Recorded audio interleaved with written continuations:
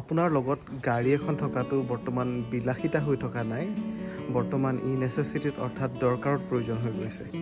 আমাৰ ঘৰতো দেউতাৰ এখন স্কৰপিঅ' গাড়ী আছিলে, স্কৰপিঅ'খন আমি বিক্ৰী কৰি দিলোঁ।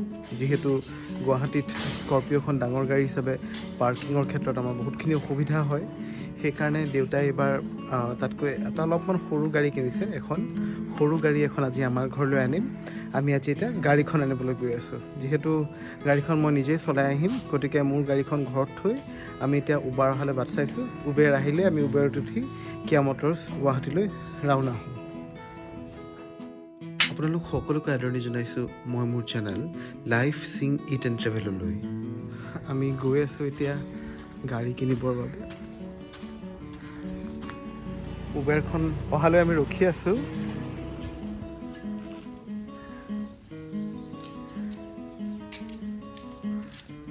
এটা নতুন ফ্লেটৰ কনষ্ট্ৰাকশ্যন ষ্টাৰ্ট হৈছে আমাৰ ঘৰৰ সন্মুখত, প্ৰটেক্ট প্ৰাইড।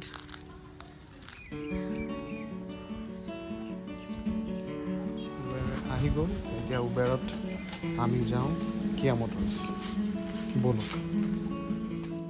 জীৱনৰ বাটত কেতিয়াবা এনেকুৱা কিছুমান মানুহক লগ পোৱা যায়, যাৰ লগত কথা পাতি সুখ অনুভৱ কৰিব পাৰি। আজি যিখন উবেৰত আমি কিয়া মটৰ্ছলৈ গৈ আছোঁ, সেই দাদাজন ধুবুৰীৰ চৰ অঞ্চলৰ। দাদাজনে সেই অঞ্চলৰ শিক্ষাৰ কাৰণে বহুতখিনি কাম কৰিছে, আৰু যিহেতু আমাৰ পৰিয়ালৰ প্ৰায় 4জন সদস্যই শিক্ষাৰ লগত জড়িত, গতিকে দাদাজনৰ লগত কথা পাতি তেওঁৰ লগত মত বিনিময় কৰি আমাৰ খুবেই ভাল লাগিল। এইদৰেই গুৱাহাটীৰ গেলা গৰম নেওচি দাদাজনৰ লগত কেইটামান খুব ধুনীয়া কথা পাতি আমি কিয়া মটৰ্ছ পালোগৈ। কিয়া মটৰ্ছৰ এই শ্ব'ৰুমটো গুৱাহাটীৰ সৰু সজাইৰ নেশ্যনেল গেমছ ষ্টেডিয়ামৰ ওচৰতে অৱস্থিত। তাত গৈ সজাই থোৱা কিয়া কোম্পানীৰ বিভিন্ন গাড়ীবোৰ এফালৰ পৰা চাই গ'লোঁ। প্ৰতিখন গাড়ীতে বহি চালোঁ, কোনখন গাড়ীত কেনেকুৱা লাগে সেয়া অনুভৱ কৰি ল'লোঁ। আৰু এই বগা ৰঙৰ কিয়া চেল্টছ HTK Plus গাড়ীখনেই হৈছে মোৰ দেউতাই কিনা এইবাৰৰ গাড়ীখন। গাড়ীখন ঘূৰি পকি চালোঁ, ওচৰলৈ গ'লোঁ, গাড়ীখনৰ দৰ্জাখন খুলি চালোঁ। দৰ্জাখন খুলি দেখিলোঁ যে পিছফালে বহা ছিটটোৰ কাৰণে যিটো লেগ স্পেচ বুলি কয়, সেইটো বহুতখিনি আছে। অৰ্থাৎ পিছফালে বহা মানুহজন যদি ওখও হয়, তেওঁৰ কোনো অসুবিধা নহ'ব। আৰু আগফালেও তাৰ ডিজাইনটো মোৰ খুবেই ভাল লাগিল। আগত এটা পেনোৰামিক ভিউৰ টাচ স্ক্ৰীনৰ যিখন পেনেল আছে, সেইখন মোৰ খুবেই ভাল লাগিল। আৰু এয়া আপোনালোকৰ সন্মুখত আমাৰ নতুন গাড়ীখন। ব'লকচোন ভিতৰতো একবাৰ খুলি চাওঁ।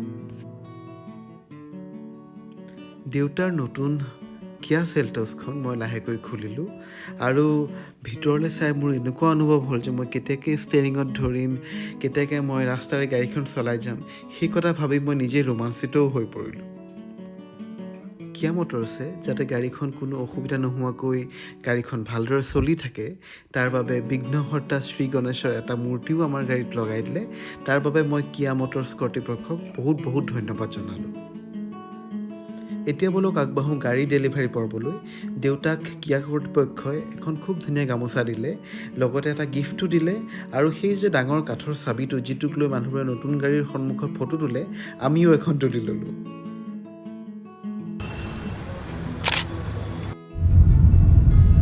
এতিয়া নতুন গাড়ীত দেউতা, মই আৰু মা আহি আছোঁ। অ' মা, হাই এটা দি দিয়া।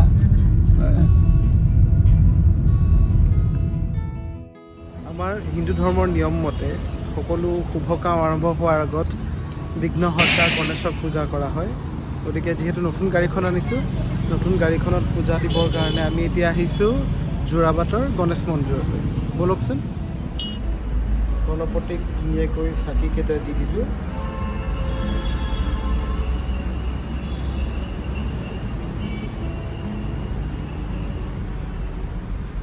গণপতিক চাকি দিয়াৰ পিছত এতিয়া আমি মন্দিৰৰ তললৈ যাম। মন্দিৰৰ তলত গৈ পূজাৰীৰ দ্বাৰা অলপমান পূজা কৰি ল'ম। আচলতে পূজা কৰিলে কি হয় গম নাপাওঁ, কিন্তু মানসিক শান্তি লগা হয়। আৰু যেতিয়া আপুনি মানসিকভাৱে শান্ত হৈ থাকে, তেতিয়া আপুনি সুস্থ হৈ থাকে। গতিকে ব'লক।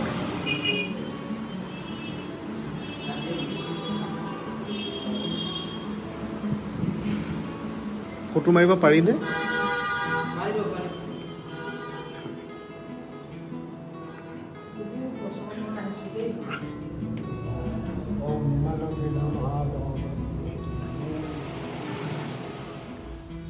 কাপোৰ কাপোৰ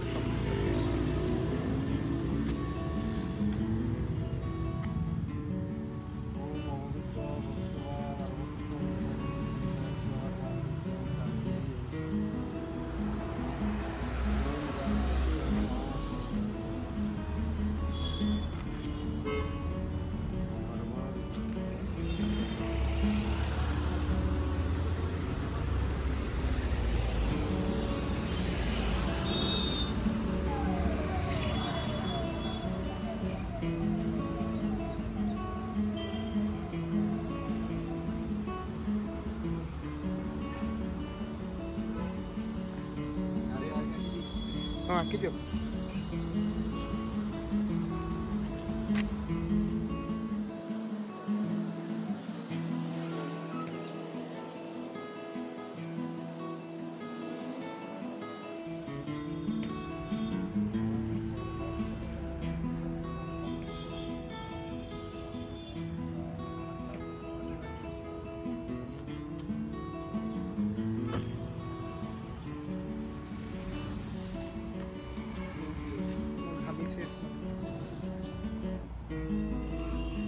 আৰু এট লাষ্ট গাড়ী আহি ঘৰত সোমালি।